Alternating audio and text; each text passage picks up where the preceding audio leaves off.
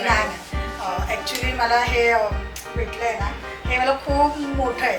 Makeup हा मला खूप आवडतो. माझं आधीपासून असं होतं की मला ह्याच्यामध्ये काहीतरी करायचं आहे, पण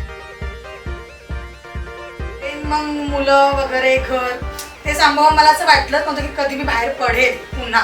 मला आठवतं मी पहिल्यांदा ह्या मॅमला भेटले तेव्हा बोललेली की मॅम मी फ्रेशर आहे आणि मी माझ्या संसारात माझ्या फॅमिलीमध्ये इतकी आहे रंगलेली की मी बाहेरचं सगळं जग विसरलेली आहे. मला बाहेर पडणं खूप मोठी गोष्ट आहे माझ्यासाठी. इवन म्हणजे मला ह्यांच्याबरोबर बसणं पण मला खूप हे वाटायचं की बाबा ह्यांच्या कॅटेगरीला मी नाही येऊ शकत. ह्यांच्यासारखं बोलणं स्मार्टली प्रेझेंट होणं वगैरे. बट मला इथे असं फील नाही झालं जस्ट बिकॉज तुमच्या मॅममुळेच. बिकॉज इथे आल्यानंतर असं वाटलंच नाही की माझ्यामध्ये कुठली कमी आहे.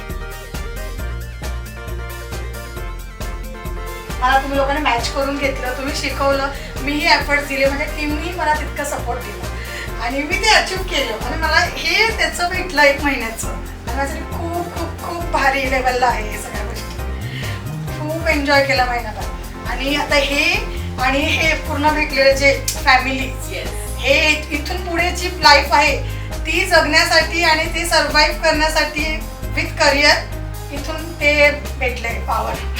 मी हे त्यामुळे माझ्या सिनियर्स मॅमचं सुद्धा आणि माझ्या फुल टीमचं सुद्धा मी thank you so much all girls.